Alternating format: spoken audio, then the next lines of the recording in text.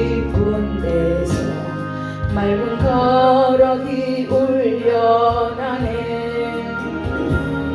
하늘 복도가 언제나 흘러나와 내 영혼을 고이 싸네.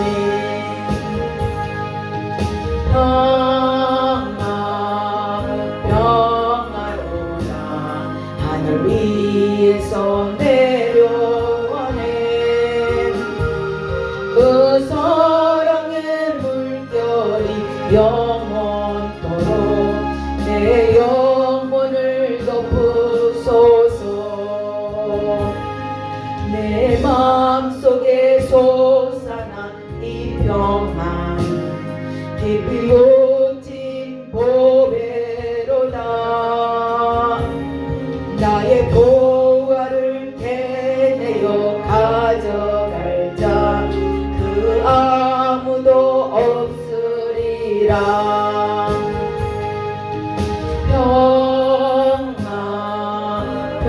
평화로나 하늘 위에서 내려오네. 그 사랑의 물결이 영원토록 내 영혼을 덮으소서.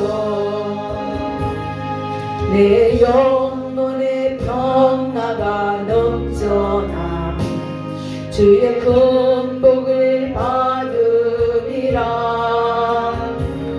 내가 주야로 주님과 함께 있어 내 영혼이 편히시네. 아멘.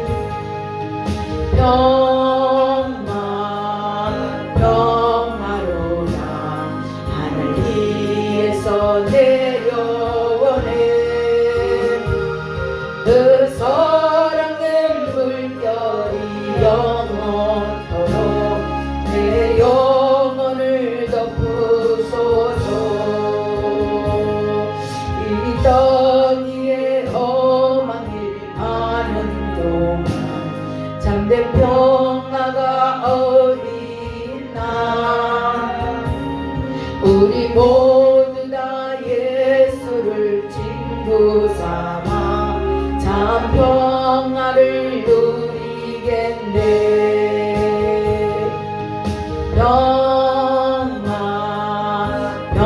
평화로나 하늘 위에서 내려오네.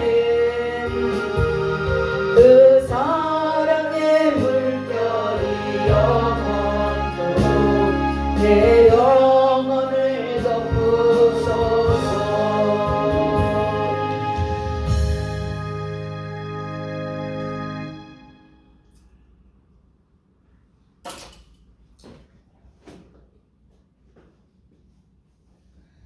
사장하겠습니다.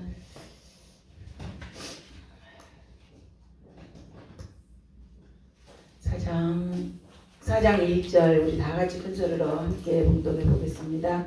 내 사랑 너는 어여쁘고도 어여쁘다. 노을 속에 있는 내 눈이 비둘기 같고 내 머리털은 길앗 상식에 놓은 염소떼 같구나. 여기서는 길르앗산은 당시 목축지로 가장 기름진 곳. 그래서 여기서는 술람미 여인이 머리털이 이 검고 숱이 많으며 곱다는 그러한 뜻입니다. 그래서 길르앗산. 신랑이 신부의 아름다움과 순결함에 대하여 4장 1절은 말을 하는 내용입니다. 신부는 모든 면에 완전한 자, 그것은 영화의 상태에 이른 이상적인 교회의 그런 모습입니다. 에베소서 5장 26절에서 27절 말씀 보면 거기 한번 같이 읽겠습니다. 이는 곧 물로 씻어 말씀으로 깨끗하게 하사 거룩하게 하시고 자기 앞에 영광스러운 교회로 세우사 티나 주름 잡힌 것이나 이런 것들이 없이 거룩하고 흠이 없게 하려 하심이니라. 아멘. 아가서 2장 10절에서 예수님이 술람미 여인에게 뭐라고 권고했냐 그러면 일어나 함께 가자. 일어나 함께 가자. 2장 10절에 예수님이 그렇게 권유를 했습니다. 그런데 이 여인은 예수님을 따라갔어요? 따라가지 못하였어요? 산에 따라가지 못하였죠? 예수님이 원하시는 산에 따라가지 못하였습니다. 아까 3장 2절에서 이 여인이 어디에 들어가서 예수님을 찾았다 그랬죠? 이전에 성 안에. 성 안에는 아까 우리가 비유해 보면 성 안이 뭐라 그랬죠? 교회 안이라 그랬죠? 성 안에 들어가서 예수님을 찾는 그런 모습입니다. 이러한 과정에서 이 여인은 자기가 예수님을 얼마나 사랑하고 있는지 처음으로 깨닫게 됩니다. 3장 6절에서 11절까지는 이 여인이 새롭게 발견한 예수님에 대해서 말하고 있다겠죠. 오늘 4장 1장 1절은 묵묵히 모든 과정을 지켜보고 계시던 예수님께서 술람미 여인에게 처음으로 이제 어떤 말씀을 하시냐 그러면 이 여인이 내면에 간직하고 있는 그러한 내용, 아직 행동으로 나타나지 않는 장점들을 열거하고 칭찬하고 있는데 8가지 신체 구조를 사용하여서 적극적으로 칭찬하고 있는 모습입니다. 1절에 보니까 내 뭐라고 했죠? 노을 속에 있는 내 그렇죠. 신체적인 겁니다. 지금 그래서 아직 행동으로 나타나지 않았던 것이지만 그래도 하나님께서 예수님께서 이 여인의 장점들을 들여다보시면서 이제 1절에서는 눈에 대해서 눈이 비둘기 같고 그랬죠. 그 다음에 그 1절에 연이어서 머리털, 눈, 머리털, 그 다음에 이제 계속적으로 이제 4장에 이어 나오는 말씀인데 입술, 입, 뺨, 목, 유방 등의 8가지 신체 구조를 사용하여서 적극적으로 칭찬하고 계시는 그런 말씀이 나옵니다. 아가서는 아직 눈에는 보이지 않지만 우리의 마음속에서 싹이 하나씩 움뜨고 있는 것을 하나님께서는 귀하게 보시고 있습니다. 적극적으로 이 모든 것 하나하나를 칭찬하고 있습니다. 우리로 하여금 그것들을 행동으로 옮길 수 있도록 하나님께서 우리들을 격려하시는 분입니다. 그분이 바로 우리 예수님이시라는 것을 보여주고 계십니다. 우리 예수님은 우리가 아직 잘못한다고 꾸짖는 분이 아니십니다. 예수님은 우리가 결국은 그것들을 행동으로 옮길 것이라는 확신을 하시는 분이시기 때문에 우리를 곧 끈질기게 우리를 기다리시는 그러한 예수님을 만나보게 될 것입니다. 아직은 믿음이 약하고 당신의 신부인 우리가 장성한 믿음의 소유자가 되기까지 우리 예수님은 조급해하지 아니하시고 언제까지든지 인내하시며 우리가 자랑하는 그 가정을 바라보시면서 즐기시는 우리 예수님이십니다. 그래서 너울 속에 있는 내 눈이 뭐 같다겠죠? 여기서 보니까 1절에 내 눈이 뭐 같다고 그랬어요? 비둘기. 성령님은 깨끗하고 순전한 비둘기로 우리가 표현하죠. 비둘기 같은 성령님. 비둘기는 일생에 자신의 짝을 단지 한 번밖에 맺지를 않습니다. 내 눈이 비둘기 같고 라고 하셨는데 눈은 보는 일을 합니다. 그런데 비둘기 눈은 한 번에 2가지를 볼 수가 없습니다. 이것은 영적인 눈을 가진 사람은 상황과 사물을 제대로 구별하고 그리고 어떤 것의 표면만 보는 것이 아닙니다. 그래서 영적인 눈을 가진 사람은 어떤 것을 볼 때 그 내면의 세계를 볼 수 있는 지혜가 있는 그러한 사람을 영적인 눈을 가진 사람이라고 표현을 합니다. 그래서 노을 속이라고 표현한 것은 자기가 알고 느끼고 있는 것을 함부로 나타내지 않고 내면에 간직하고 겸손하게 그렇게 살아가는 사람들을 표현할 때 노을 속 지금 4장 1절에 대해서 지금 이쪽으로 해석해 나가고 있습니다.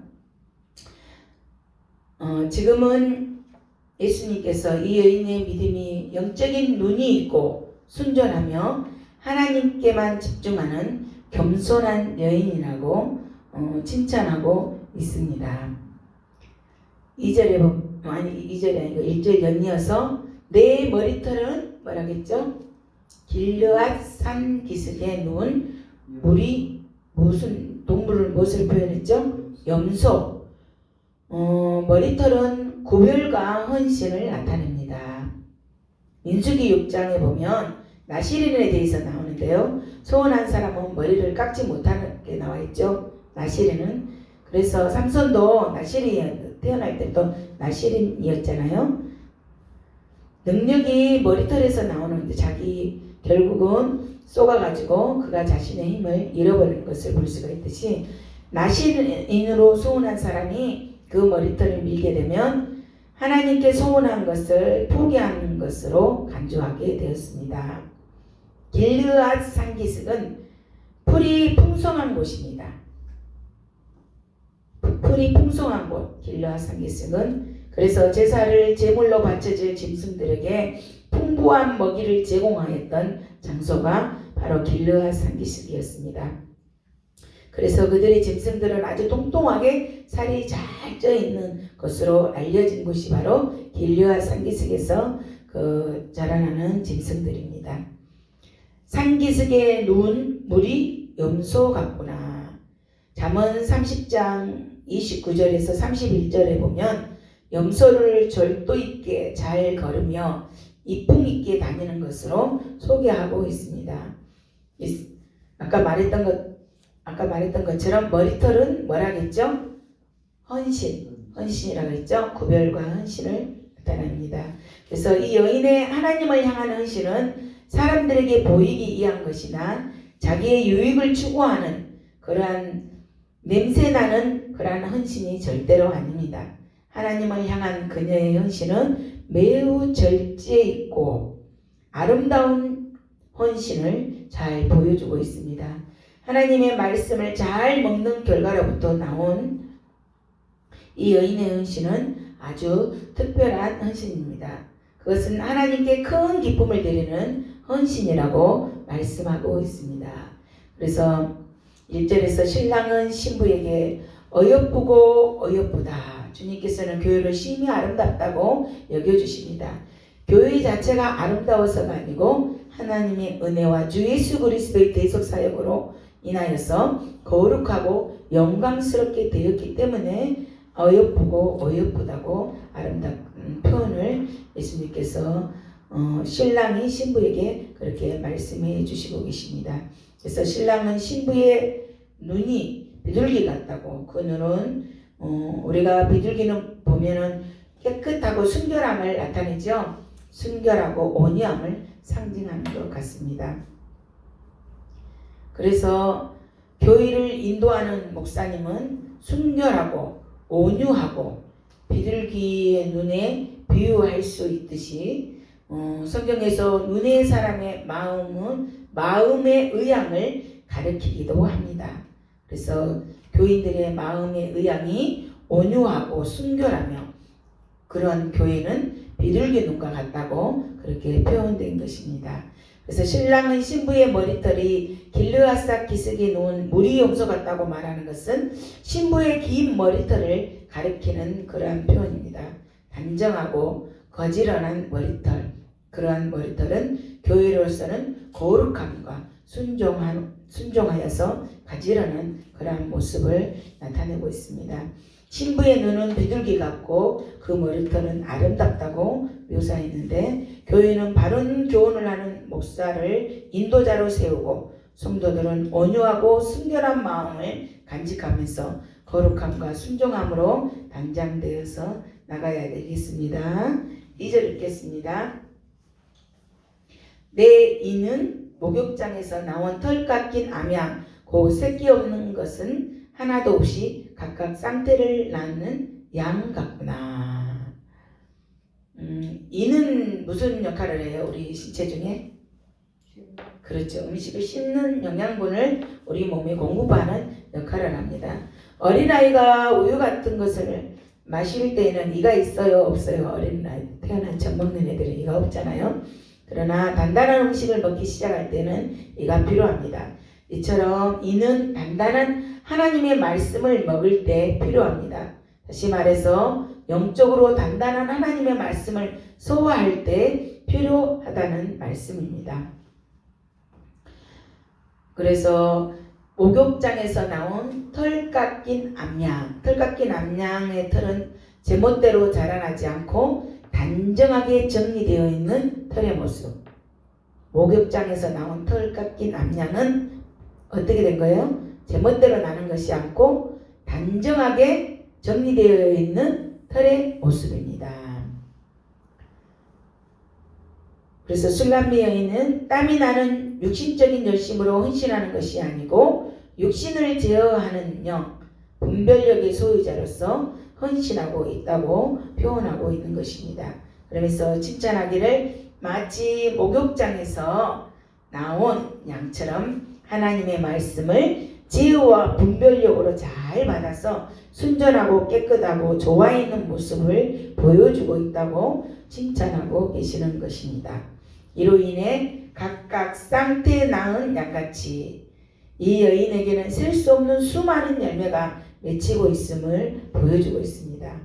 각각 쌍태에 낳은 양, 그거는 셀 수 없이 수많은 열매를 맺고 있다고 그렇게 표현된 그러한 말씀입니다.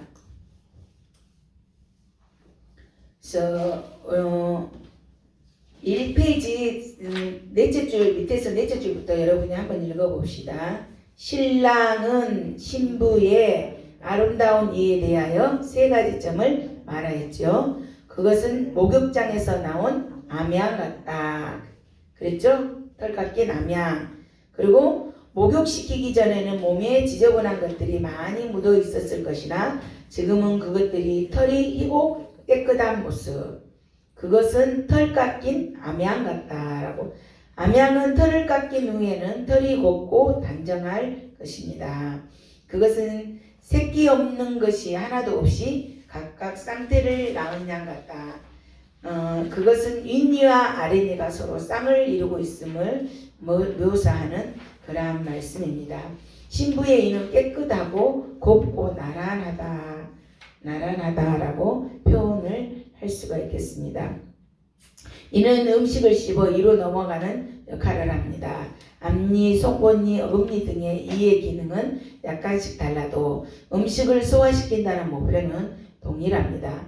여러 주석가들은 그것이 교회의 양무들을 먹이는 목사님들이라고 가리킨다고 보았습니다. 과연 충성된 목사들은 교회에서 어린 양을 먹이는 좋은 이의 역할을 할 것입니다. 또한 성경은 하나님의 말씀을 믿는 것을 믿음을 먹는 데 많이 비유하였습니다. 구약 율법에 말한 새김질하는 짐승, 레위기 11장 3절 말씀. 하나님의 말씀을 묵상하는 것을 가리키는 뜻으로 보입니다. 그래서 성도는 신앙생활에 있어서 교육자만을 의존해서는 안 됩니다. 각 성도는 좋은 일을 가져서 하나님 말씀을 잘 믿고 또 그것을 묵상해야 될 것입니다.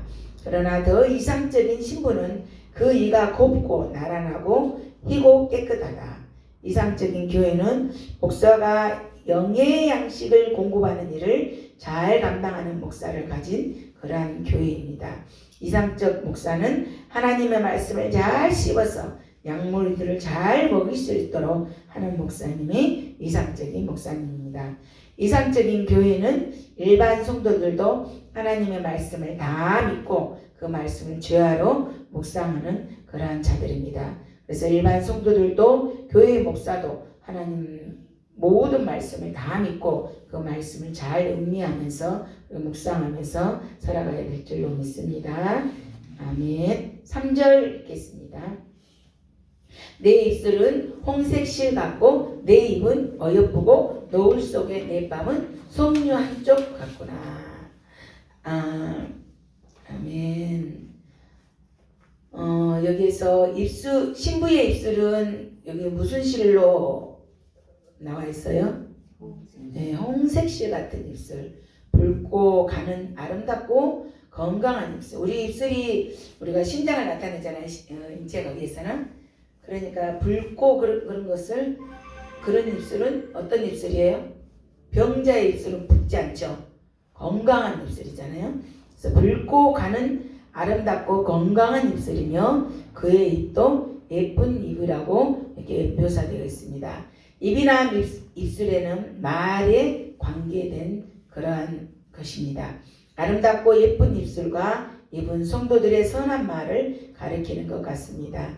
사람의 말은 그의 인격을 반영하므로 성도들은 선한 말과 덕스러운 말만 할 수 있어야 합니다. 잠언 10장 20절 시작. 의인의 혀는 천운과 같거니와 악인의 마음은 가치가 적으니라. 의인의 선한 말은 붉은 입술에서 나오는 말입니다. 그것은 예수 그리스도의 속죄의 피로 깨끗하게 씻음받는 말을 상징하는 것 같습니다. 또 이 붉은색은 속죄의 복음을 할 수도 있겠습니다. 이 복음은 세상에서 가장 선하고 복된 말씀입니다. 로마서 10장 15절 시작. 기록된 바 아름답도다 좋은 소식을 전하는 자들의 발휘함과 같으니라. 아멘. 자, 우리 한번 성경 찾아보십시다. 레위기 14장 4절. 레위기 14장 4절 한번 찾아보십시다.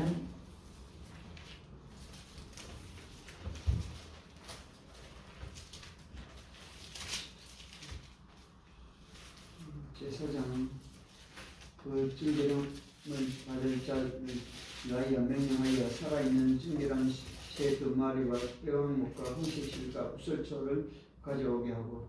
아멘. 여기에도 보니까 무슨 실이 나와요? 홍색실과 우설초가 나왔죠. 환자가 정결하게 되는 의식 가운데 성막과 제사장의 의복을 만들 때 홍색실을 사용했습니다. 인간의 죄와 관련되어 있는 그러한 말씀입니다.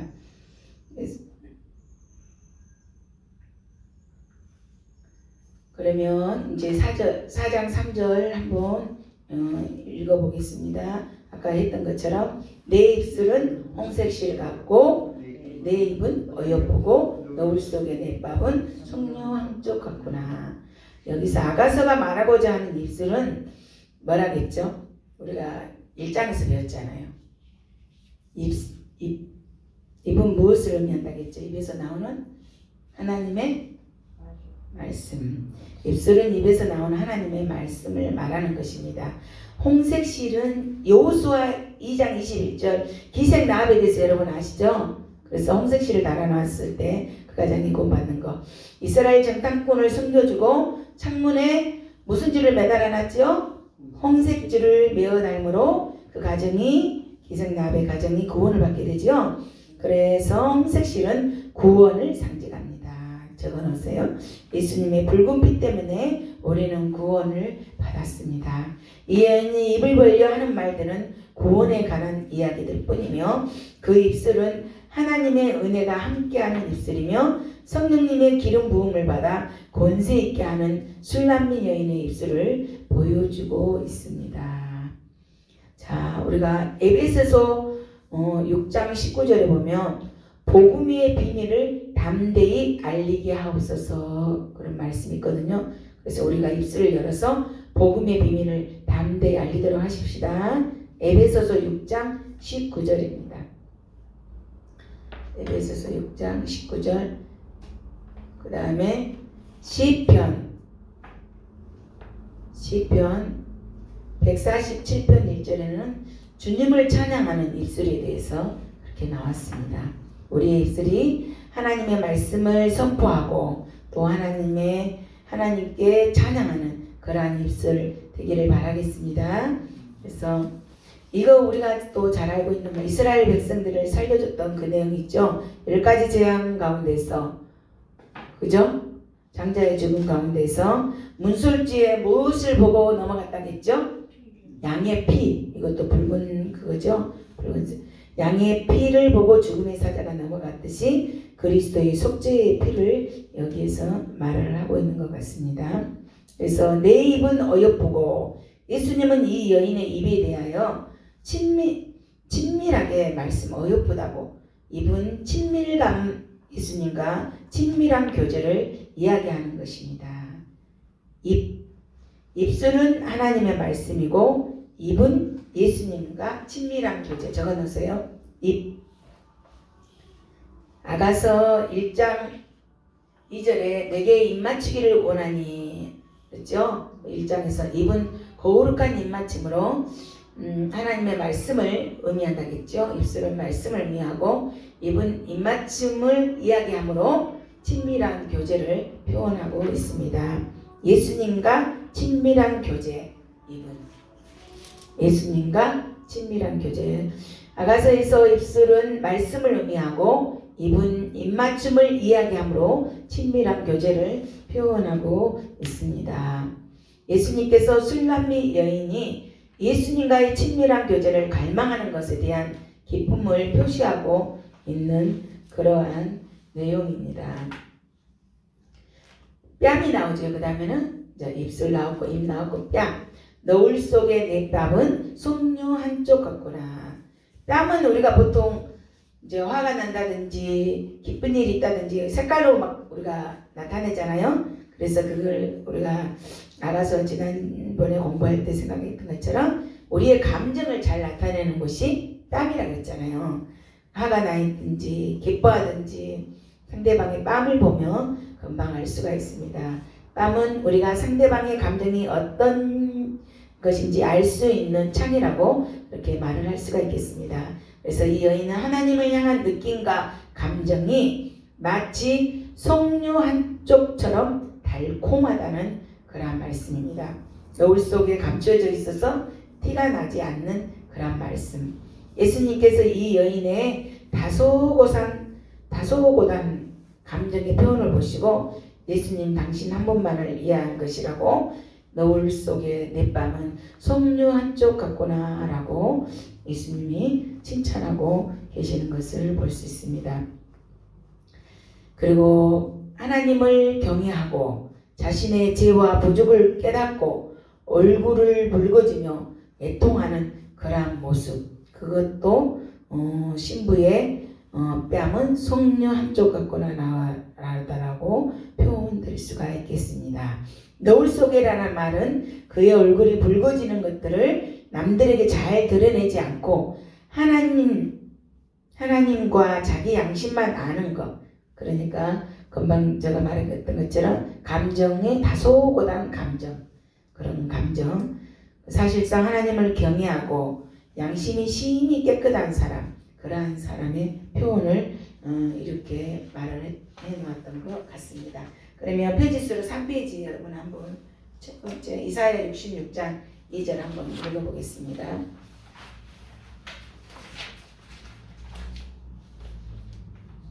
시작. 나 여호와가 말하노라. 나의 손이 이 모든 것을 지어서 다 이루었느니라. 무릇 마음이 가난하고 심령이 통회하며 나의 말을 인하여 떠는 자 그 사람은 내가 공고하려니와 사도 바울은 자신의 죄인 중에 오두머리라고 고백하였습니다. 우리의 말은 예수 그리스도의 피로 씻음 받아서 선하고 덕스럽게 되어야 할 것이며 우리는 예수 그리스도의 속죄의 복음을 만방에 전파해야 할 것입니다. 또 우리는 자기에게 어떤 부족이 있을 때 자신의 죄악을 깨닫고 하나님 앞에서와 하나님 말씀 앞에서 회개하며 고쳐나가도록 하십시다.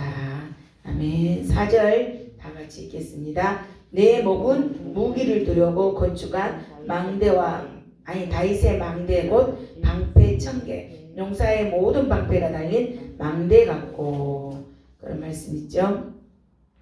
신랑과 신부의 목이 무기를 보관하기 위해 건축한 다윗의 망대와 같다고 그렇게 표현하고 있습니다. 높고 견고한 그런 망대입니다. 여기 망대는. 그래서 신랑은 그 망대에 몇 개의 방패를 세웠다겠어요? 여기 보니까 곧 몇 개죠? 방패 몇 개예요? 네? 그렇죠. 1000개잖아요. 1000개. 방패 1000개. 그러니까 얼마나 용사의 모든 여기에서 1000방패, 즉 용사의 모든 방패가 달려있다고 그렇게 표현합니다. 그것들은 용사들이 전쟁에 나갈 때 쓰는 방패이든지 아니면 용사들이 승전 기념 방패일 것입니다. 신부의 목은 머리 대신 그리스도와 연합시키는 신자들의 참된 믿음을 상징하는 것 같습니다. 성도가 그리스도와 연합되는 것은 믿음입니다. 성도의 믿음은 망대와 같고 방패와 같다. 여기에 지금 말해 망대는 피난처 요새 같은 것을 망대라고 합니다. 망대와 같고 우리들이 믿음 생활하는 것은 요새와 피난처와 같고 방패와 같다. 그래서 사도 바울은 성도가 입을 전신갑주로 말하면서 우리가 전신갑주에 대해서 알죠? 믿음의 방패, 구원의 투구, 믿음의 방패를 언급하며 에베소서 6장 16절 믿음은 사단과 악령들의 공격을 막아내는 그런 방패와 같습니다. 망대와 같은 교회에 일천방패가 달린 것은 참 믿음이 완전한 방어의 기름을 나타내고 있습니다. 요한일서 5장 4절 5절 같이 읽겠습니다. 대저 하나님께로서 난 자마다 세상을 이기느니라. 세상을 이긴 이금은 이것이니 우리의 믿음이니라. 예수께서 하나님의 아들이심을 믿는 자가 아니면 세상을 이기는 자가 누구뇨. 아멘.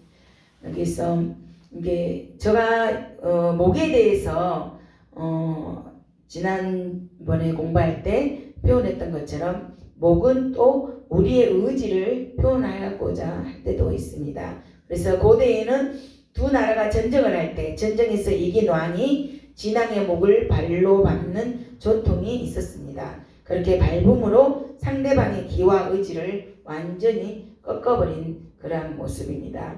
그래서 망대는 매우 튼튼하고 그리고 높게 세워져서 굳건하게 세워져 있는 건축물을 가리킵니다. 하나님을 향한 솔람미 여인의 헌신과 각오가 마치 망대같이 전혀 흔들릴 수 없음을 이야기하고 있는 모습입니다. 7절에서는 마치 두 마음으로 파도에 떠밀려 나약한 헌신이 아니고 술람미 여인의 헌신은 망대 같은 다윗의 마음을 닮았다고 그렇게 말씀합니다. 다윗의 망대는 전쟁 때 사용할 각종 무기를 저장하는 무기 창고로 사용되었습니다. 군대의 무기 창고로 사용되었습니다. 방패가 1000개나 저장되어서 그 어떤 적도 함부로 침략할 수 없는 그러한 망대, 그 어느 것도 비교할 수 없는 술람미 여인이 하나님을 향한 그 믿음이 그 여인의 그 믿음은 어떤 영적인 전쟁이 다가온다 할지라도 얼마든지 넉넉히 그 믿음 가운데 승리로 이끌 수 있다고 표현되는 그러한 말씀입니다. 아시겠죠? 네, 4절. 자, 그러면 5절 한번 읽겠습니다. 내 유방은 백합화 가운데서 꼴을 먹는 쌍떼 얼음사슴 같구나. 그래 보면 여기서 이제 8번째로 말하는 엄마가 아기의 젖을 먹이며 아기를 키우는 것처럼 유방은 다른 사람들을 세우고 돌봐주는 것을 의미합니다. 이 여인의 돌봄이 얼마나 효과적이 있는지 한 배가 아닌 2배의 수확을 거둬들이고 있다고 주님께서 이 여인의 칭찬하며 인정하고 계십니다. 자, 여러분 한번 적어보세요. 예수님이 8가지로 지금 아까 눈, 머리털 그런 거 다 말을 했죠. 그거를 다시 한번 여러분 기록해 놓으세요. 예수님이 8가지로 술람미 여인을 칭찬하신 내용 정리. 8가지로 술람미 여인을 칭찬하는 내용.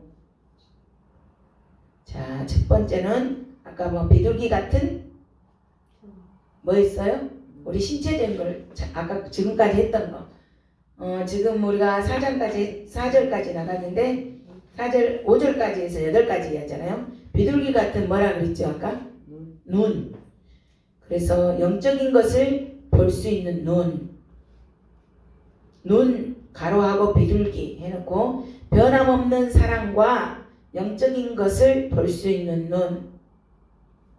술람미 여인을 칭찬하는 그 내용에 대해서. 자, 두 번째로는 머리털. 머리털은 아까 길르앗산 기슭의 눈, 염소 때의 머리털이 어떻다 그랬어요? 그 머리털이 풍성하고 좋았잖아요. 그거는 구별과 헌신. 머리털은 구별과 헌신을 말씀했죠. 그 다음에 우리가 이빨할 때 이 있잖아요. 각각 쌍태를 낳는 양, 그 이가 신령한 말씀을 먹는 성숙된 모습. 이는 털 깎인 암양 각각 쌍태를 낳는 양의 그 이는 신령한 말씀을 먹는 성숙된 모습. 그 다음에 입술은 무슨 색이었죠? 아까 무슨 실로 표현했죠? 홍색 실인데 하나님 능력 있는 하나님의 구원의 말씀을 선포하는 그러한 술람미 여인을 표현했죠. 입술로는 구원의 말씀을 선포하는 그러한 입술. 입은 아까 어여쁘다고 표현하셨는데 그 입은 예수님과 친밀한 교제, 예수님과 친밀한 교제, 거룩한 교제를 말씀하고 계시죠. 입은. 뺨은 성류 한쪽으로 표현했는데 뺨은 성류 한쪽, 하나님을 향한 다소고단 감정. 다른 데로 치우치지 않고 오직 한 분만을 바라보며 겸손하게 다른 사람한테 나타내지 않는 그 감정의 표현, 다소고단 감정. 7번째 목이 다윗의 망대로 표현했죠. 다윗의 망대. 하나님을 향한 강력한 믿음. 목은 하나님을 향한 강력한 믿음.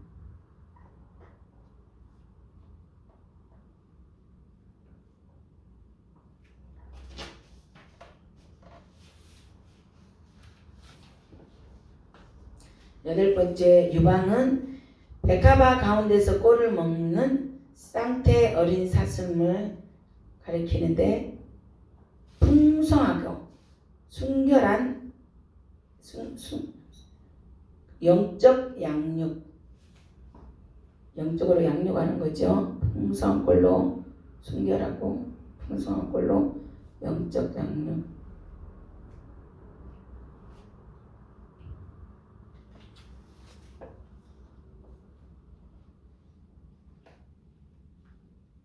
이렇게 우리의 신앙은 머리 대신 그리스도와 예수 그리스도를 믿는 그 믿음은 일천방패와 같이 세상을 이기는 그러한 힘을 가지고 우리가 이 지상 생활에서 이 세상에서 영적인 전쟁에서 승리해야 될 줄로 믿습니다. 그러므로 우리는 강하고 견고한 믿음을 가지고 견고한 망대 같은 그런 목을 가진 자로 승리의 대가를 부르고 나가십시다. 자, 그러면 우리 그 4페이지 한번 읽어봅시다. 4페이지 시작. 신랑은 신부의 또 여기 설명이 아까 순결하고 풍성한 영적 양육에 대해서 그 양육에 대해서 해석되는 걸 한번 읽어봅시다. 시작. 4페이지 시작. 신랑은 신부의 유방에 대하여 묘사한다. 유방은 여성의 아름다움을 나타낼 뿐 아니라 어린 아기에게 젖을 먹이는 매우 중요한 부분이다. 이것은 영적으로 교회가 어린 신자들을 양육하는 기능을 나타낼 것이다. 그것은 주로 목사들의 사역이다. 목사들의 1차적인 임무는 성도들에게 하나님의 진리의 말씀을 전하고 권면하고 경계하고 이루함으로써 그들의 신앙 인격을 온전케 하는 기능이다. 부활하신 주께서는 사도 베드로에게 내 어린 양을 먹이라, 내 양을 치라, 내 양을 먹이라고 3번이나 비슷한 말씀을 반복하셨습니다. 목회는 곧 목양이며 그것은 어머니가 아기에게 젖을 먹이는 것과 같습니다. 사도행전 2장은 예루살렘 교회가 사도의 가르침을 받아 서로 교제하며 떡을 떼며 기도하기를 전혀 있었다고 기록하고 있습니다. 2장 42절 말씀. 사도 바울은 에베소에서 말하기를 주께서 혹은 사도로 혹은 선지자로 혹은 복음 전환자로 혹은 목사와 교사로 교회에 주셨으니 이는 성도를 온전케 하며 봉사의 일을 하게 하며 그리스도의 몸을 세우려 하심이라고 말씀하셨습니다. 성도를 온전케 하고 몸을 세우는 이루는 것이 목사들의 임무이며 교회의 목표입니다.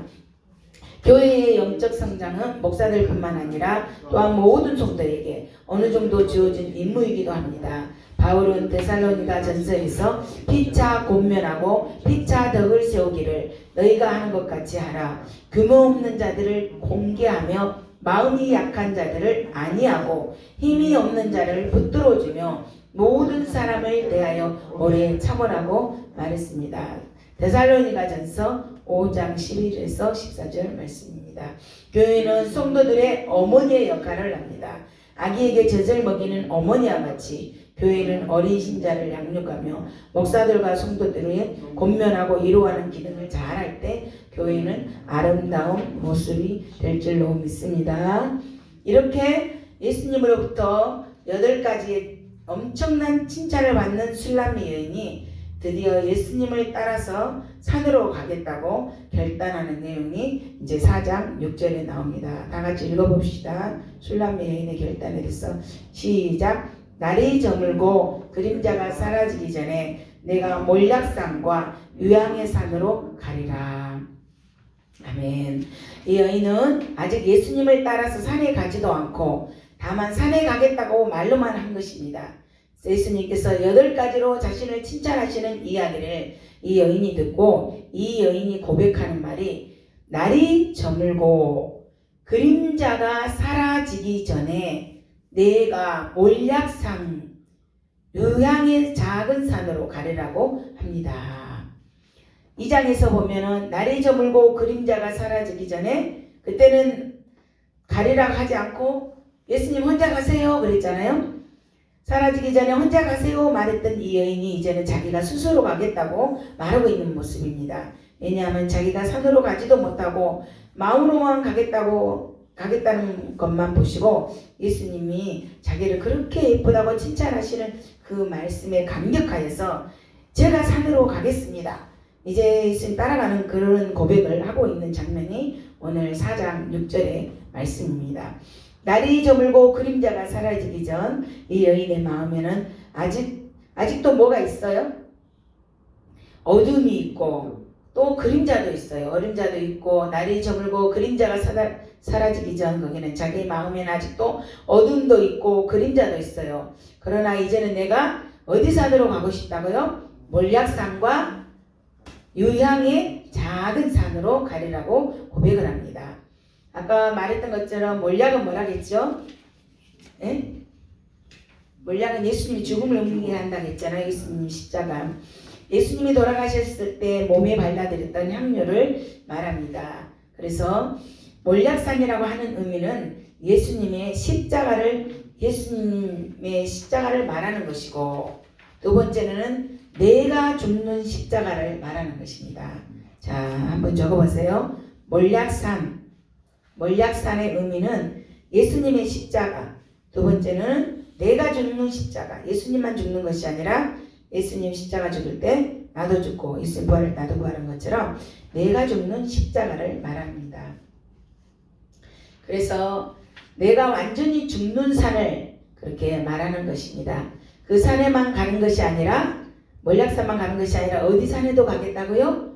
요향의 작은 산. 요향의 작은 산은 무엇을 말할까요? 그것은 하나님과 교제 가운데 하나님께 올려드리는 기도의 생활, 우리의 기도의 생활을 요향의 작은 산이라고 말합니다. 요향의 작은 산이라고 이렇게 표현한 것, 그것은 바로 우리가 하나님께 기도드리는 생활. 작은 산이라고 한 것은 요향의 산을 몰약의 산과 비교할 때 요향의 산이 작다는 그러한 것으로 표현합니다. 몰약의 산보다 요향의 산으로 가려는 것은 몰약의 산은 단번에 갈 수 있는 것이 아닙니다. 몰약의 산으로 올라가려면 요향의 작은 산들을 쌓아 올려서 몰약의 산으로 올라갈 수 있기 때문입니다. 이 말씀 이해하시겠어요? 예, 우리가 몰약의 산, 정말 우리가 예수님이 지는 그 십자가, 그 사랑, 그 은혜, 그것들을 우리가 그 작은 산들을 다 쌓아 올려서 요향의 작은 산들을 기도의 중보 생활을 많이 함으로써 우리가 예수님이 십자가 지는, 예수님과 함께 십자가 지는 것이, 예수님이 십자가 지는 거, 내가 십자가 지는 거, 그게 몰약의 산이라고 했잖아요. 그래서 요양의 작은 산들을 쌓아 올려야지만이 우리가 몰약의 산으로 올라갈 수 있기 때문입니다. 그래서 요양의 작은 산들로 우리가 삶에서 연습을 하면서 내가 몰약산으로 가겠습니다 라고 이 여인이 표현하고 있는 것입니다. 이 여인에게는 지금 결심이 어떤 결심 같아요? 굉장히 중대한 결심이죠. 변했잖아요. 가지 못하고 무섭다고 했던 그 여인이 이제 몰약산으로 가겠다고 고백하는 것은 지금까지 그늘에 앉아서 사과를 먹으면서 나를 즐겁게 하고 행복하게만 하는, 나만 생각하는 그런 예수님을 찾았습니다. 그런데 이제는 예수님이 나와 함께 걸어가자고 하시는 그것을 동의하고 동역하겠다고 이 여인이 결심하는 중대한 내용입니다. 이제부터는 나의 삶이 예전의 삶으로 돌아갈 수 없다고 고백하는 것입니다. 예수님이 이제 높은 산으로 가자고 하셨을 때 못 따라갔었잖아요. 이제는 높은 산까지라도 예수님을 따라가겠다고 하는 그러한 결심을 보여주고 있는 그러한 내용입니다. 그러면 예수님을 따라 몰약의 산으로 가는 방법은 무엇입니까? 우리는 반드시 알아야 할 것은 누군가 몰약의 산으로 갔다고 하여서 그 사람이 산에 올라간 것과 같이 똑같이 그 사람이 올라가는 그 방법과 같이 우리가 올라가는 것이 아니라는 거예요. 중요하죠? 우리 각 사람을 생각해 보세요.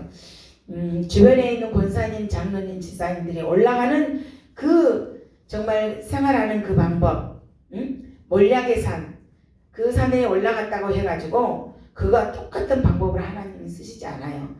한 사람 한 사람 다 개인의 성격, 개인의 믿음, 개인의 현재 처하고 있는 상황, 그 모든 것들을 따라서 각자가 몰약의 산으로 올라가는 방법이 다 틀려요. 그래서 어떤 사람에게 주어지는 은사 부러워할 거 없어요. 우리에게 한 사람 한 사람에게 하나님께서 다 주셨어요. 그거를 잘 개발하고 발견해서 하나님께 올려드리면 돼요. 아시겠죠? 다 각자 하나님께서 우리를 다루심이 다르다는 거예요. 그 사람들을 살아가는 흉내를 내서 따라갈 필요가 없어요. 아무리 흉내 내려고 임파테이션 받아갖고 치료 은사가 없는 사람인데 나는 임파테이션 받아갖고 치료 은사 써보려면 안 돼요. 필요 없어요. 그거 다 흉내 내는 거로 끝나는 거예요. 하나님이 나에게 주신 은사 반드시 있거든요. 그거를 여러분들이 찾고 그걸 하나님이 다루심이 각각 개인적인 믿음과 상황과 환경에 따라서 다르시기 때문에 주님의 다루심에 따라 순종하면서 이 여인이 작은 기도의 그 유황의 산에서 정말 중보 기도하면서 유황의 산에서 매일매일 기도하면서 십자가를 지는 그 몰약의 산까지 올라가겠다고 고백을 하면 그 예수님이 이 여인을 보시고 뭐라고 말씀하십니까? 우리가 한번 찾아볼까요? 나의 사랑 너는 어여쁘고 아무 의미 없구나. 실제로 그렇게 말씀하시잖아요. 아무 의미 없다고 예수님이 말씀하시는 거예요. 이 여인이 산으로 따라가겠다는 아직 정말 산에 아직 안 갔어요. 고백만 한 거예요. 그 고백만이라도 예수님은 너무나도 큰 감격을 받으시고 그 하시는 말씀이 너는 어여쁘고 아무 의미 없구나. 그렇게 예수님이 말씀하시는 거예요. 아멘. 그런데 이 여인은 아직도 산으로 가지도 않고 그냥 결심만 한 것인데 예수님은 그 여인에게 아무 의미 없다고 예쁘다고 칭찬을 하시는 그러한 내용입니다. 이 여인이 아직은 산에 가서 예수님과 동역하고 있는 것이 아닙니다. 다만 산으로 가겠다고만 이야기했는데 예수님은 이 여인이 산에 간 것으로 여겨주시고 있습니다.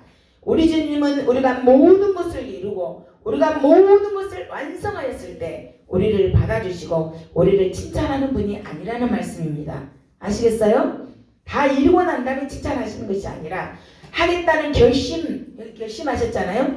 결심과 우리의 감정을 마음 상태만 보시고도 하나님께서는 칭찬하시고 어여쁘다고 아무 의미 없다고 그렇게 말씀하시는 거예요. 우리가 단지 하겠다고 하는 씨앗을 뿌렸을 때 주님은 우리가 그것을 이미 한 것으로 인정하여 주신다는 그러한 말씀입니다. 왜냐하면 우리 주님은 우리의 마음을 보시는 하나님이라고 그렇게 말씀하셨죠. 우리의 마음. 그러나 사람들은 그것을 보지를 않습니다. 사람들은 어떤 결과물에 대해서 무엇을 했어, 이것은 하지 못했어, 그것으로 갖고 사람들을 평가하는데 우리 하나님께서는 우리의 결과물을 따지지 아니하시고 우리의 마음 상태를 보신다는 그러한 말씀입니다. 아시겠어요? 아멘. 그러면 우리가 이제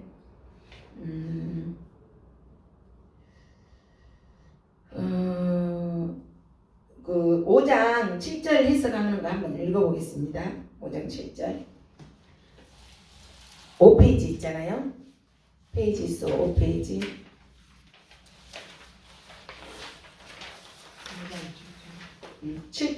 7절에 대한 해석 있잖아요. 지금 7절 하잖아요. 자, 주께서는 우리를 나의 사랑이라고 부르십니다. 그랬죠? 7절 나의 사랑 너는 어여쁘고 아무 흠이 없구나. 주께서는, 여러분 같이 읽으세요. 잠이 깨지게. 주께서는 우리를 나의 사랑이라고 부르십니다.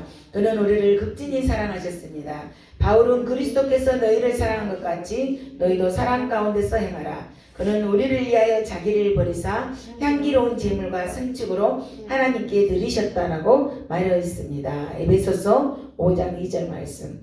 요한은 하나님의 사랑이 우리에게 이렇게 나타난 바 되었으니 하나님이 자기의 독생자를 세상에 보내심은 저로 말미암아 우리를 살리려 하심이니라. 요한일서 4장 9절 말씀입니다. 신랑은 신부에게 너는 순전히 어여뻐서 아무 흠이 없구나 라고 말하는 것은 성도들은 자기 자신 속에 부족과 결함이 없지는 않습니다. 하나님의 은혜로 예수 그리스도 안에서 흠과 점이 없는 완전한 자로 하나님은 간주해 주시고 있다는 말씀입니다. 요 에베소서 5장 26, 27 시작. 이는 곧 물로 씻어 말씀으로 깨끗하게 하사 거룩하게 하시고 자기 앞에 영광스러운 교회로 세우사 티나 주름 잡힌 것이나 이런 것들이 없이 거룩하고 흠이 없게 하려 하시니라. 히브리서 10장 14절 저가 한 제물로 거룩하게 된 자들을 영원히 온전케 하셨느니라. 이러한 안전은 천국에서만이 완전히 온전케 되는 것은 천국에서만 볼 수가 있겠죠.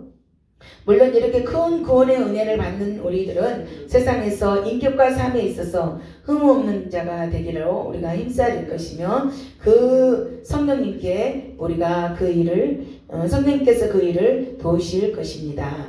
시편 110편 1절 행위는 안전하여 여호와의 법에 행하는 자가 복이 있으며 내가 완전한 길에 주의하오니 주께서 언제나 내게 임하시나이까. 내가 완전한 마음으로 네 집안에서 행하리이다. 베드로후서 3장 14절 그러므로 사랑하는 자들아 너희가 이것을 바라보나니 주 앞에서 점도 없고 흠도 없이 평강 가운데 나타나기를 힘쓰라. 아멘. 우리를 지극히 사랑하신 하나님의 사랑을 깨닫고 주께서 우리를 완전하게 여기심을 감사하며 완전한 길로 나아갈 수 있도록 힘써야 될 줄로 믿습니다. 아멘. 이제 신부가 무엇을 신고 나오는 내용이냐 하면 군화를 신고 나오는 모습이에요. 8절 시작. 내 신부야 너는 레바논에서부터 나와 함께하고 레바논에서부터 나와 함께하자. 아마나와 스릴과 헤르본 골짜기에서 사자굴과 표범산에서 내려오너라. 여기에서 이 산은 이스라엘 북쪽에 있는 아주 높은 산입니다. 이 산이 지금 뭐가 있다 그랬어요?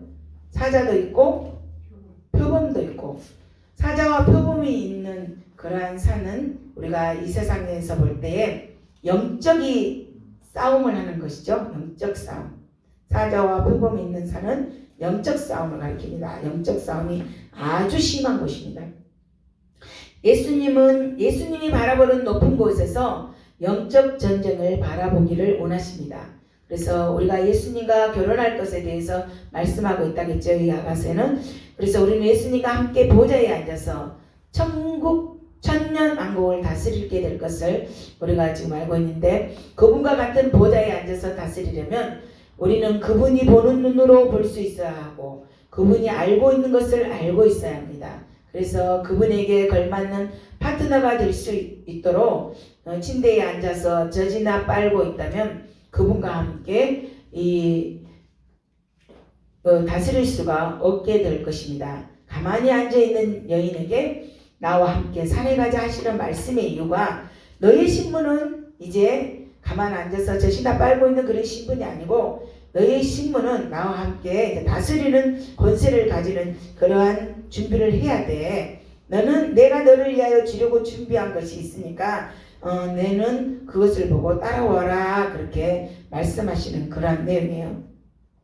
그래서 영적인 것들을 경험하고, 여기 지금 엄청난 영적 싸움이 심한 곳이라고 이제 말했죠. 스닐과 헤르본 꼭대기, 그 이스라엘의 아주 높은 산에 있는 산에서 사자와 표범이 산에서 내려오너라. 그 말은 영적 전쟁의 지금 상태로 이제 들어가는 거예요.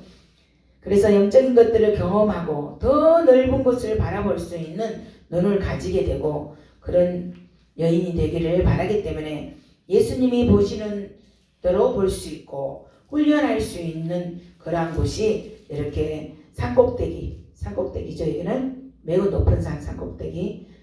그래서 이곳이 매우 중요한 것입니다. 우리가 가만히 앉아 기다리기만 하고 있다면 예수님과 함께 다스리는 것이 아닙니다. 그분은 우리를 초청하여서 우리를 파트너 삼고 그것에 필요한 훈련들을 준비하여서 정말 그 훈련을 하여서 우리가 어떻게 해야 될 것을 준비해야 될 것을 오늘 말씀에서 보여주고 있습니다. 아까 레바논에 대해서 나왔잖아요. 레바논은 헤르몬 산과 같이 제일 높은 산들이 있는 곳을 말씀합니다. 그래서 사자와 표범이 있고 영적 전쟁이 치열한 산. 그래서 예수님이 영적 전쟁을 하시는 모습을 보고 영적 전쟁이 바로 이런 것이야 라고 가르쳐주고 있는 그러한 영적 전쟁이 무엇인지도 모르면서 예수님의 보좌에 앉아서 천년왕국을 다스릴 거라고 생각하지 말아라, 그런 말씀이에요.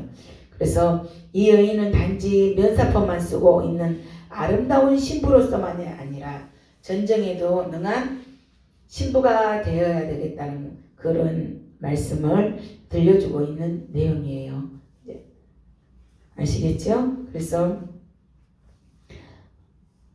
이제 우리가 한번 봅시다. 9절 한번 읽어봅시다. 나의 누이 내 신부야, 내가 내 마음을 빼앗았구나. 내 눈은 한 번 보는 것과 내 목의 구슬 한 깨미로 내 마음을 빼앗았구나. 영적으로 아무것도 모르던 이 여인으로부터 저도 산으로 가겠습니다 라는 그 말을 들으신 예수님이 여기서는 누구라고 불러줘요? 누이, 신부야, 내 누이, 내 신부야, 내가 내 마음을 빼앗았구나 라고 하시기까지 고백을 하시고 계십니다. 영적 전쟁에서 승리한 어떤 결과 때문에 이 여인에게 마음을 빼앗긴 것이 아니라 단지 이 여인이 하겠다는 고백 때문에 감격을 하시고 내가 내 마음을 빼앗았다라고 말씀하시는 것입니다. 씨가 땅에 뿌려졌다는 것은 곧 그곳에 식물이 있는 것입니다. 땅 속에 뿌려져 있는 씨가 우리 눈에는 보이지 않기 때문에 식물이 없다고 여겨집니다.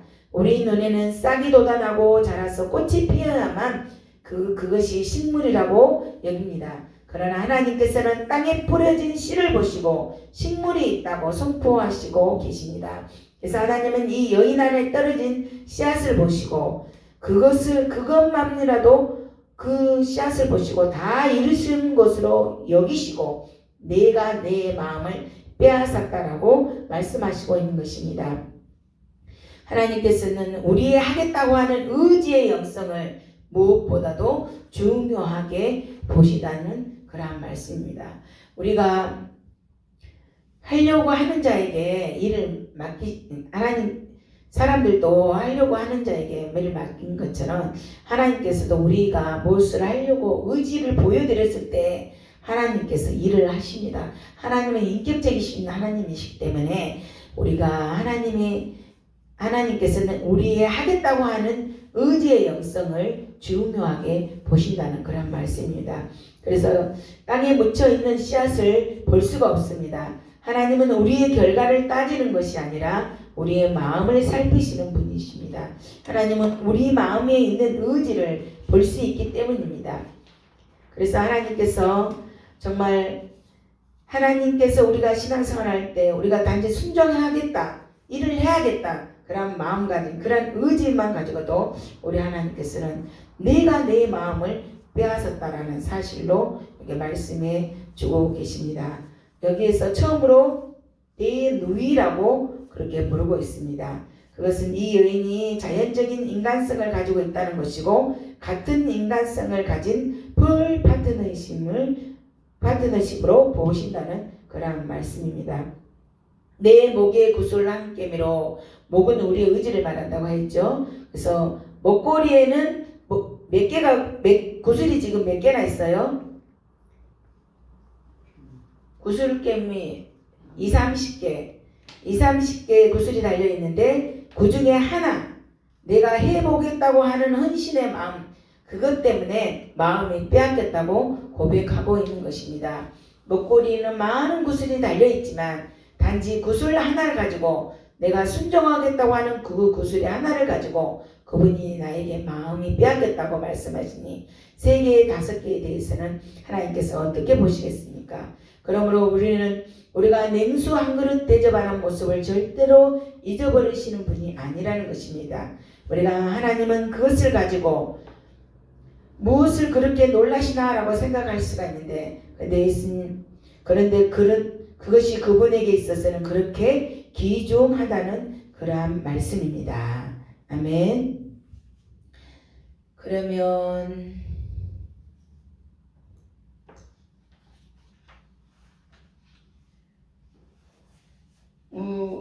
6장 있죠. 6페이지 신랑은 신부에게 함께 거기 한번 읽어보겠습니다. 이에서도 시작. 신랑은 신부를 함께 자란 여동생을 부르듯이 나의 누이라고 친근하게 부른다. 주께서는 누구든지 하늘에 계신 내 아버지의 뜻대로 하는 자가 내 형제요 자매요 모친이라고 말씀하셨다.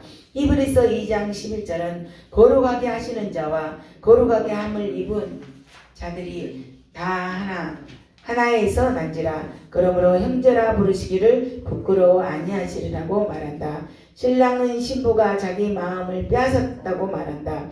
그는 신부의 한눈이 그의 마음을 빼앗았다고 말한다. 내 눈으로 한 번 보는 것은 내 한눈이라는 뜻 같다. 이게 KJV의 해석인 것 같아요. 옛날에 신부는 얼굴 가리개를 하고 겨우 한눈으로 신랑을 조심스레 보았다. 그것은 신부의 겸손함을 나타내기도 하였다. 그러나 신랑은 신부의 한눈만 보고도 그의 아름다움을 알았고 그 마음이 신부에게 사로잡혔다. 눈으로 보는 것은 믿음을 상징하는 것 같다. 광야에서 많은 사람들이 불뱀에 물렸을 때 그들은 모세가 장대기에 단 노뱀을 쳐다보고 고침을 받았다. 믿는 자만 노뱀을 쳐다볼 수 있었다. 주께서는 모세가 광야에서 뱀을 든 것 같이 인자도 들려야 하느니 이는 저를 믿는 자마다 영생을 얻게 하려 하심이니라고 말씀하셨다. 또 신랑은 신부의 목에 구슬 한 개미가 그의 마음을 빼앗았다고 말한다. 성도들의 목에 구슬 개미는 말씀 순종의 행위들을 가리킨 것이다. 잠언 1장 8절에서 9절. 내 아들아 내 아비의 훈계를 들으며 내 어미의 법을 떠나지 말라. 이는 내 머리에 아름다운 관이요 내 목에 금사슬이니라. 말씀 순종의 선행과 덕은 성도에게 아름다운 장식물과 같다. 주께서는 우리의 시선을 기뻐하신다. 우리는 믿음으로 주를 바라보고 믿음의 주여 온전케 하신 예수를 바라보자. 우리는 말씀의 순종의 선행과 덕으로서 우리 자신을 단장하자. 아멘. 자, 이제 10절 우리가 한번 읽어보도록 하겠습니다. 내 누이 내 신부야 내 사랑이 어찌 그리 아름다운지 내 사랑은 포도주보다 진하고 내 기름의 향기는 각양 향품보다 향기롭구나. 우리가 아가서를 공부하면서 1장 2절에서는 이 여인을 무엇이라고 고백합니까? 하나님의 입술에서 나오는 하나님의 말씀은 포도주보다 더 향기롭다고 그렇게 말씀했죠. 포도주는 세상이 줄 수 있는 그런 기쁨을 말합니다. 그런데 여기 4장에서는 반대로 하나님께서 이 여인을 보시고 나를 향한 너의 사랑이 어찌 그리 아름다운지 이 세상에서 줄 수 있는 그 어떤 기쁨보다도 내가 나에게 주는 사랑이 더 감격스럽다라고 말씀하고 있습니다. 내 기름의 향기는 각양 향품보다 향기롭구나. 기름은 무엇을 말합니까? 향기. 향기는 무엇입니까? 사람이 멀리 떨어져 있더라도 향기로 그 사람이 있는 것을 알게 됩니다. 생각이라든지 믿음이라든지 밖에서는 보이지 않지만 그 속사람의 영적인 수준의 향기를 말하고 있는 것입니다. 예수님이 너희 안에 있는 그것이 무엇보다도 나를 즐겁게 하는구나 라고 말씀하고 있습니다. 우리가 우리 자신을 생각할 때 내가 모자라고 그래서 이게 뭐야 하는데 하나님께서는 내 기름의 향기는 각양 향품보다 향기롭구나 라고 말씀하고 계십니다. 아멘. 그러면 7장 신랑은 거기 한번 읽겠습니다. 신랑은 7페이지 10절에서 해석된 거 시작. 신랑 신부의 사랑이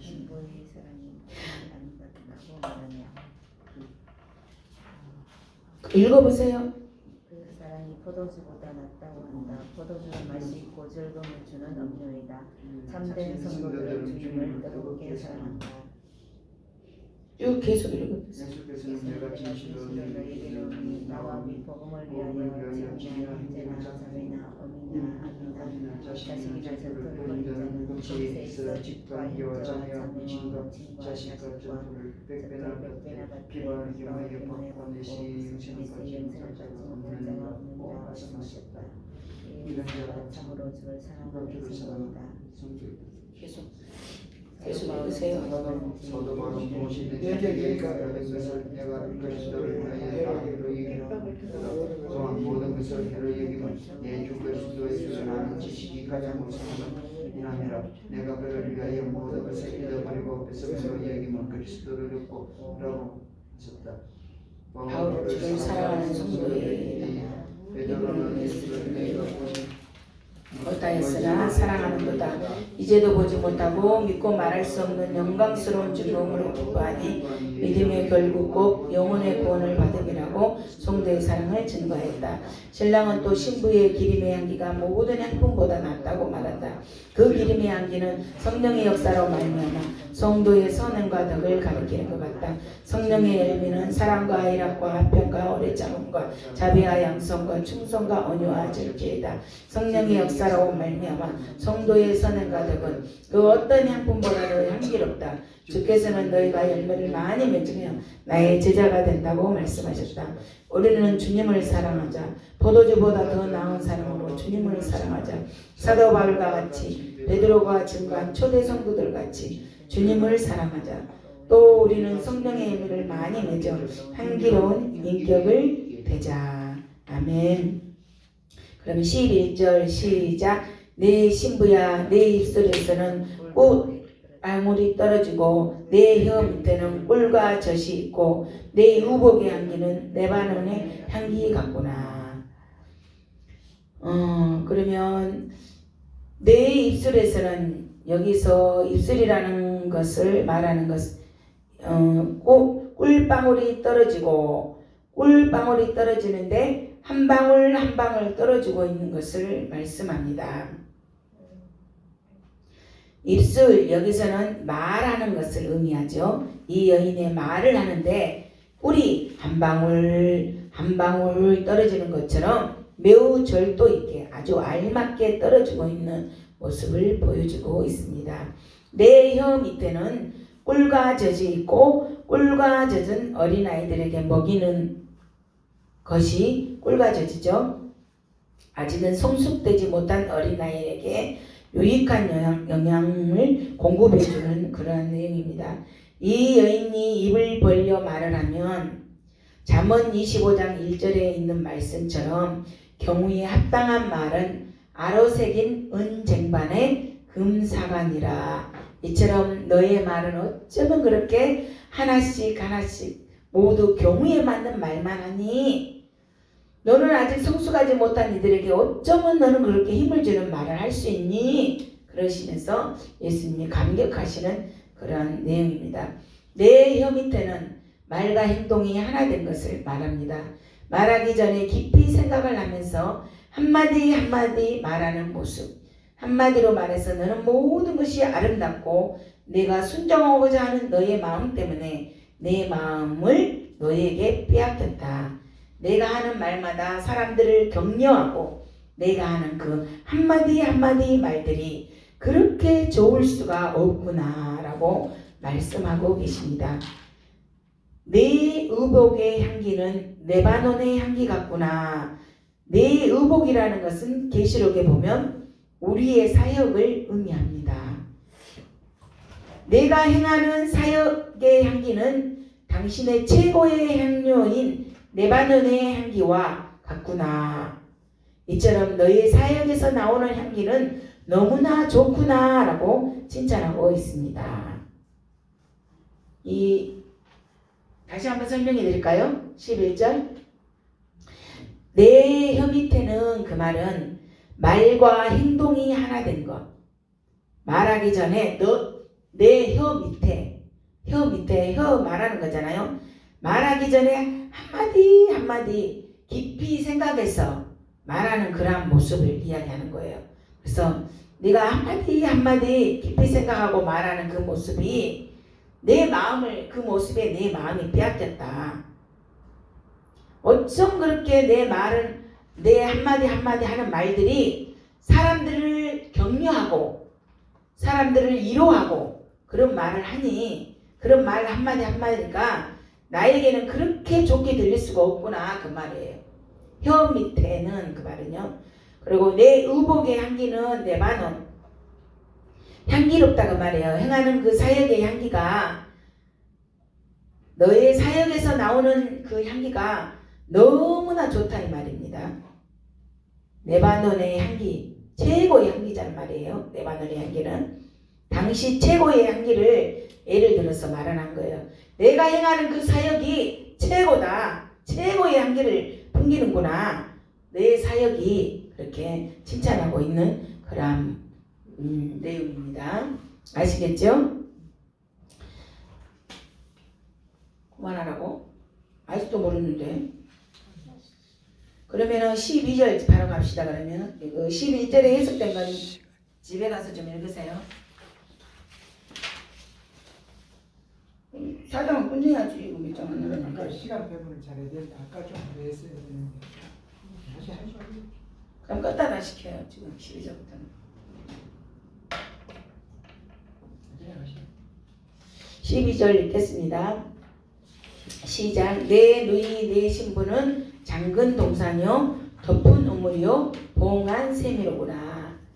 장근 동산은 여기서 무엇을 말씀하냐 그러면은 왕이 자기만 즐기고 사색하기 위하여 만드는 정원. 그곳은 잠궈졌으니까 누구만 들어갈 수 있어요? 장근 동산에는 왕만 들어갈 수 있어요. 아무로 들어갈 수가 없는 거예요. 그래서 장근 동산이라고 말하는 거예요. 주님은 이 여인에게 너는 마치 나만을 위하여 열어주려고 준비된 장근 동산 같다라고 말씀하시는 거예요. 장근 동산의 의미를 알겠죠? 장근 동산. 내 누이 내 신부는 장근 동산이요. 그래서 그것은 나의 것. 나만 들어갈 수 있게 내가 준비해놨다. 그것은 다른 이들이 이 동산에 들어왔을 때 그들에게 마음을 빼앗길까봐 나만을 위하여서 잠궈 두었다는 그런 말이에요. 그래서 아무도 들어갈 수 없이 잠근 동산이에요. 덮은 우물, 더러운 것이 들어가지 않도록 막아놓은 짐승이나 다른 것들에 의하여 더럽히지 않아서 물은 항상 깨끗하고, 그래서 덮은 우물이요 봉한 셈이로구나. 이것도 마찬가지예요. 다른 짐승들이 와서 마시지 못하도록 봉해 놓은 그러한 것을 덮은 눈물. 그래서 술람미 여인을 보시고 너의 마음이 너의 행동이 마치 나만을 위하여서 마시게 하고 다시 덮어두고 하는 덮은 눈물과 봉한 샘 잠근 동산과 같다고 말씀하시는 것입니다. 하나님이 이 여인을 보시고 너의 헌신은 어찌 그렇게 나만을 위해서 그렇게 할 수 있니? 그렇게 칭찬하고 계시는 그러한 말씀이에요. 아시겠죠? 그러면 여기 팜플렛은 여러분이 가서 읽으세요. 그러면 13절 바로 또 넘어가겠습니다. 13절 시작. 내게서 나는 것은 석류나무와 각종 아름다운 가수와 고메라와 나도풀과 나도와 번흥화와 창포와 개수와 각종 유향목과 월약과 침향과 모든 귀한 향품이요. 아가서 1장 6절에서 처음에는 자기의 포도를 지키지 못하였다고 이 여인이 그렇게 말을 했죠. 생각나죠? 그런데 이제 이 여인이 동산에는 무엇이 가득했어요. 지금 보니까 아름다운 가수와, 그죠? 여기 여인의 동산에는 과일과 열매들 그리고 향료들이 가득해졌다고 되어 있습니다. 얼마나 많이 성장한 거예요. 그죠? 4장까지 왔을 때. 그래서 술람미 여인의 세 가지 영적 사역은 적어보세요. 4장 15절에 너는 동산의 샘이요.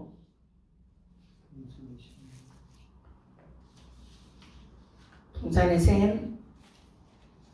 두 번째는 생수의 우물. 15장 말씀이에요. 그대로 제가 좀 이따 해석해 드릴게요. 그 다음에 세 번째는 레바논에서부터 흐르는 시내. 첫 번째 여인을 보시고 하나님께서 영적인 사역을 말씀하시는데 첫 번째는 샘, 아까 말했던 우물, 동산의 샘이라겠죠. 세 번째 시내. 이것으로 동산이 어떻게 된다? 번성하게 되는 거. 그죠? 샘에서 우물에서 그 다음에 시내 이렇게 커지는 것을 볼 수가 있죠.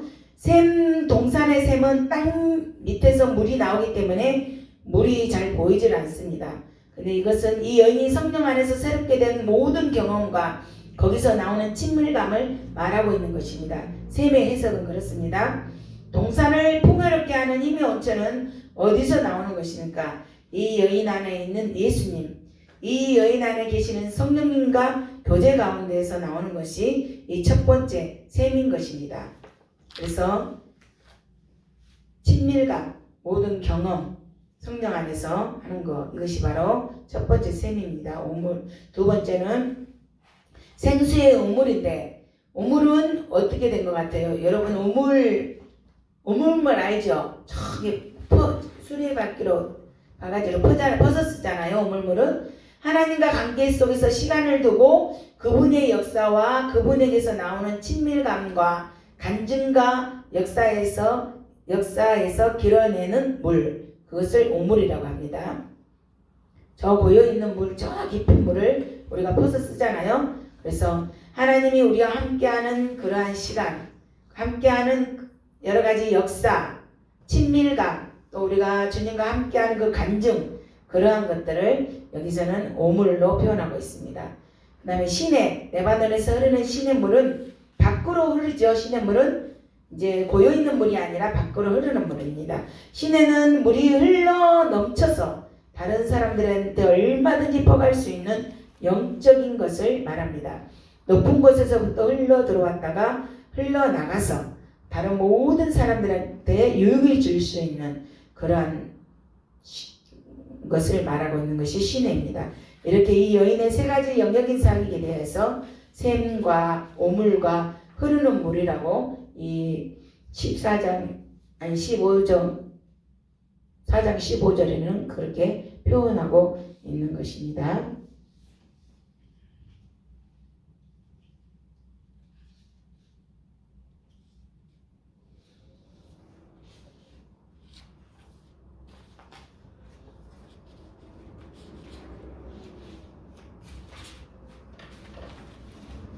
자, 그러면 10장 10페이지 한번 봐보세요. 10페이지. 본문은 샘물과 우물은 시작 거기 한번 읽어보겠습니다.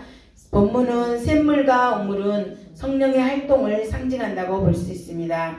예수님께서는 내가 주는 물을 먹는 자는 영원히 목마르지 아니하느니 나의 주는 물은 그곳에서 영생하도록 솟아나는 샘물이 되리라고 말씀하셨고 또 나를 믿는 자는 성경의 이름과 같이 그 배에서 생수의 강이 흘러나리라고 말씀하셨습니다. 그것은 그를 믿는 자가 받을 성령을 가리키는 말씀인 것 같습니다. 그 주 예수 그리스도를 믿는 자는 이미 성령을 받았습니다. 고린도전서 12장 13절 우리가 유대인이나 헬라인이나 종이나 자유자나 다 성령으로 세례를 받아 한 몸이 되었고 또 다 한 성령을 마시게 하셨느니라. 디도서 3장 6절 성령을 우리 구주 예수 그리스도로 말미암아 우리에게 풍성히 부어주사 누구든지 예수 그리스도의 영이 없으며 그리스도의 사람이 아니며 성령으로 아니하고서는 누구든지 예수를 주라 할 수가 없다. 성도들의 모임인 교회는 성령의 전이다. 그러므로 예수 믿는 자들은 이미 오신 성령을 다시 받을 필요가 없고 오직 그 성령의 충만함을 받아야 할 뿐이다. 주께서는 우리에게 성령을 주셨고 그는 우리 속에 샘물과 시냇물이 되셨다. 그러므로 우리는 항상 성령의 충만함을 받고 성령으로 행하자. 아멘. 이제 16절 마지막 절 읽겠습니다. 북풍아 일어나라 남풍아 오너라 나의 동산에 불어서 향기를 날리라. 나의 사랑하는 자가 그 동산에 들어가서 그 아름다운 열매 맺기를 원하노라. 여기는 지금 누가 말하고 있어요? 북풍아 남풍아 그렇게 말하고 있는 거는 신랑이에요 신부예요? 예? 예? 신랑 신부죠 신부. 북풍은 시원한 바람 추운 바람 좋은 기후로 가져오기도 하지만 때로는 추위를 가져오고 남풍은 따뜻한 바람 더운 바람 또 추수를 위해서 시기적절한 그런 비를 동반하는 그런 바람을 남풍입니다. 바람은 하나님의 섭리나 성령의 역사를 상징할 것입니다. 하나님께서는 때때로 섭리 가운데 우리를 고난을 주시기도 하시고 또 모든 섭리 가운데 성령의 역사로 이루어지는 것을 볼 수가 있습니다. 성령께서는 바람같이 우리 속에 보이지 않게 역사하시는 것을 볼 수가 있습니다.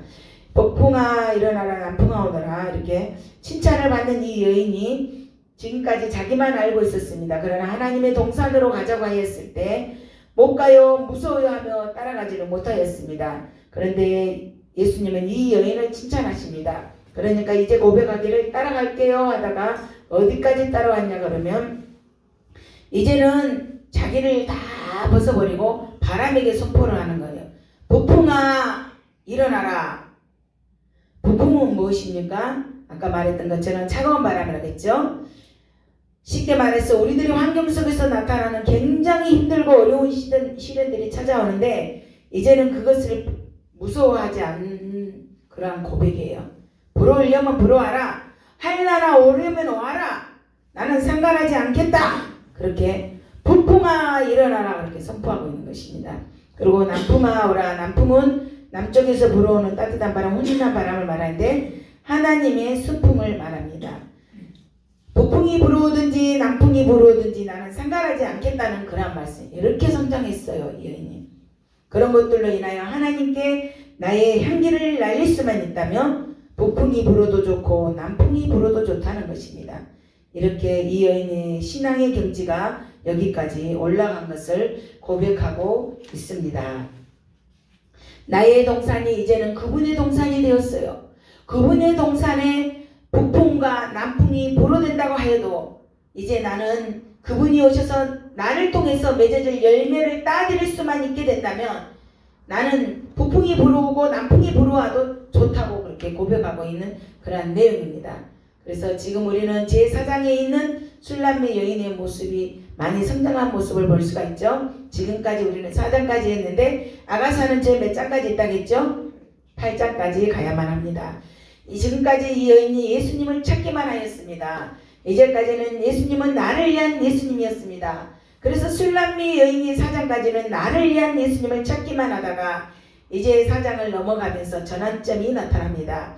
이제부터는 나에게서 찾으시는 예수님, 나를 통하여 가지고 가시려는 가시기를 원하시는 예수님, 이제 술람미 여인이 예수님에게 나를 드리겠다 하는 그런 모습이 나타나여지고 있습니다. 아가서 전체 8장은 우리의 믿음의 여정을 보여주고 있다고 말씀드렸습니다. 그런데 이 여정의 중간이 바로 4장 16절, 이 여인이 예수님을 통하여 주로 얻는 것에 초점을 맞추었습니다. 이제 제5장부터 이 여인의 믿음이 성숙되어 가는 모습이 나옵니다. 그리스도인 한 사람 한 사람의 믿음을 보여주고 있는 이 아가서는 어린아이의 신앙부터 시작하여 장성의 분량에 이르기까지 자라가는 과정을 그리는 것이 아가서라고 말씀드렸습니다. 현재 나의 믿음의 여정이 어디에 있는가 생각해 보세요. 나는 어디까지 와 있는가? 나의 기도 소리가 지금 어디까지 와 있는가? 아가서의 몇 장쯤 와 있는가? 우리가 영적으로 살펴보면서 우리가 공부했던 것들을 이 교재도 잘 보시고 또 성경도 읽으시면서 우리가 믿음으로 성장해 나가서 주님이 원하시는 분량까지 한 걸음 한 걸음 주님의 뜻에 주님께만 영광을 돌리는 그러한 삶으로 우리 믿음이 자라나기를 기도하겠습니다. 감사합니다. 기도하겠습니다.